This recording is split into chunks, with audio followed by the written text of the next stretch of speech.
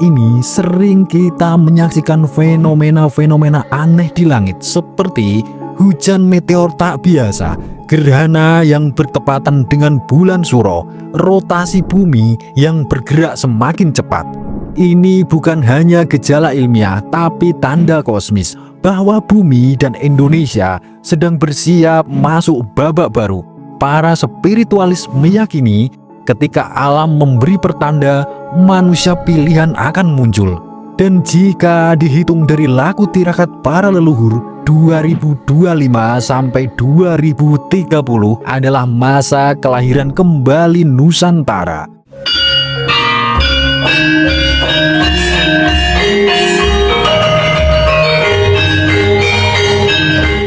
Assalamualaikum warahmatullahi wabarakatuh. Salam waras-waras wae. Ini adalah fakta yang mengejutkan. Setiap malam di pelosok Nusantara masih ada para ulama, kiai sepuh, dan para spiritualis yang duduk bersila, menengadahkan tangan, bermunajat bukan untuk diri mereka, tapi untuk negeri ini, Indonesia, agar Indonesia tetap selamat, tetap utuh, tetap diberkahi. Dan bukan hanya mereka, tanah ini sejak ribuan tahun lalu sudah disucikan oleh leluhur yang muksa, menghilang secara gaib demi menjaga negeri. Maka tak heran jika tanah-tanah di Nusantara adalah tanah yang subur, tentrem, gemah ripah loh jinawi. Karena Indonesia sejak awal memang disiapkan untuk sesuatu yang besar. Sebelum kita bedah satu persatu 12 pertanda tentang kebangkitan sosok yang akan menyelamatkan Indonesia hingga menuju zaman keemasan, silahkan tulis doa dan harapan panjenengan semua untuk negeri ini di kolom komentar. Dan bagi sedulurku yang muslim, silahkan tulis sholawat, semoga doa-doa kita semua terkabul. Yang pertama, pertanda dari ramalan yang perlahan jadi kenyataan. Dalam ramalan Jayabaya yang disimpan turun-temurun tertulis, akan datang saatnya negeri ini jatuh ke tangan para tikus dan serigala. Tapi kelak akan bangkit kembali dipimpin Ratu Adil yang tak diduga oleh siapapun. Dan kini kita mulai melihat ramalan itu mewujud. Banyak pemimpin kehilangan nurani. Rakyat dibuat bingung arah, tapi justru di saat gelap itu muncul bisikan-bisikan tentang seseorang yang disiapkan oleh langit, tertulis dengan jelas Ksatrio Noto Negoro, yang munculnya dari timur Gunung Lawu dan barat Gunung Semeru. Apakah sang Ratu Adil itu sudah benar-benar muncul? Yang kedua, pertanda besar siapa sebenarnya Ratu Adil itu. Dalam banyak ramalan leluhur, sosok ini disebut Ratu Adil. Namun jangan dibayangkan ia naik dengan partai besar atau tampil gagah di televisi. Ratu Adil akan datang dari kalangan biasa, tapi hatinya luar biasa. Dia adalah seseorang yang berpakaian sederhana, hidup bersahaja, tapi memiliki energi spiritual luar biasa dan didampingi oleh kekuatan gaib Nusantara. Dia bukan sekedar pemimpin, tapi pelaksana dari takdir besar Nusantara. Yang ketiga, pertanda yang bikin merinding dari petunjuk para wali. Dalam kitab Musarar yang diturunkan oleh Sunan Giri, juga tersirat pesan yang sama.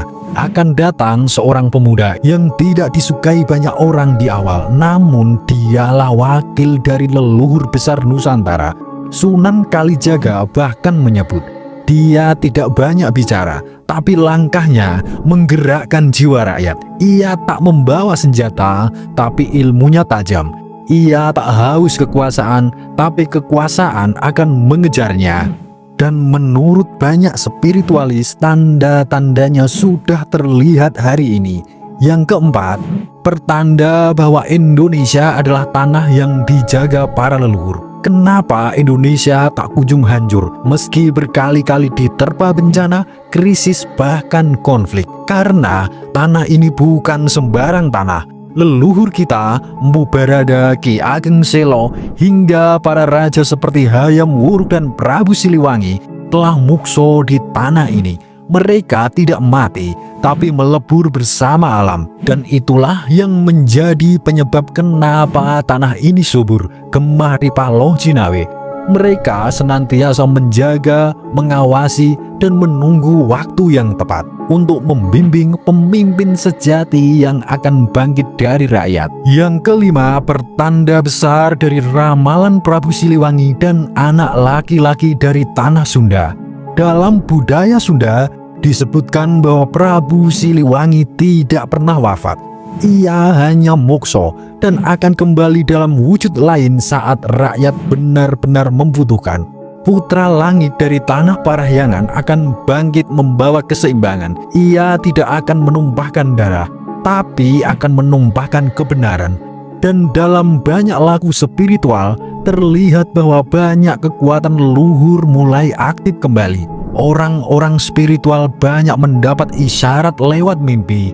Alam memberi tanda, gunung memberi isyarat, hutan memberi pertanda. Semua seperti menyambut kehadiran seseorang untuk negeri ini. Yang keenam, tanda-tanda langit yang semakin nyata. Saat ini sering kita menyaksikan fenomena-fenomena aneh di langit seperti hujan meteor tak biasa, gerhana yang bertepatan dengan bulan suro, rotasi bumi yang bergerak semakin cepat. Ini bukan hanya gejala ilmiah, tapi tanda kosmis bahwa bumi dan Indonesia sedang bersiap masuk babak baru. Para spiritualis meyakini ketika alam memberi pertanda, manusia pilihan akan muncul. Dan jika dihitung dari laku tirakat para leluhur, 2025 sampai 2030 adalah masa kelahiran kembali Nusantara. Yang ketujuh, pertanda dari leluhur dan ilmu tersembunyi yang akan terbuka. Bukan hanya tokoh, tapi ilmu-ilmu lama yang disembunyikan akan dibuka kembali. Ilmu kepemimpinan yang adiluhung, tata negara yang berbasis welas asih, sistem ekonomi gotong royong, teknologi berbasis energi alam. Dan pemimpin sejati itu akan jadi jembatan antara masa lalu yang suci dan masa depan yang cemerlang. Yang kedelapan, pertanda dari sosok yang bukan hanya spiritual, tapi juga ahli strategi. Sosok ini tidak hanya kuat secara spiritual, tapi juga cerdas secara geopolitik dan ekonomi. Ia memahami dunia, tapi tidak tunduk padanya. Ia akan membuat Indonesia netral dari konflik adidaya, memperkuat pangan dan energi sendiri, memutus ketergantungan terhadap kapitalis global, dan menjadikan budaya sebagai kekuatan global Indonesia. Yang kesembilan, pertanda Indonesia mulai diperhitungkan di mata negara-negara besar. Hari ini, dunia mulai melirik Indonesia. Bahasa Indonesia dipelajari di banyak negara. Anak-anak muda mulai melirik falsafah Nusantara. Karena semesta tahu pemimpin sejati dunia berikutnya bukan dari barat, tapi dari timur, dari negeri yang kita injak sekarang. Yang ke-10, membongkar ramalan lintas agama dan budaya. Dalam banyak kebudayaan besar muncul sosok akhir zaman, Imam Mahdi dalam Islam, Ratu Adil dalam Jawa, Kalki Avatar dalam Hindu, Maitreya dalam Buddha.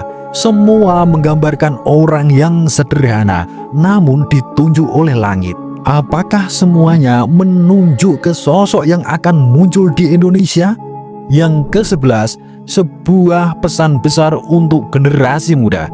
Jangan tunggu sosok itu datang dari luar, karena masa keemasan Indonesia tidak datang tiba-tiba.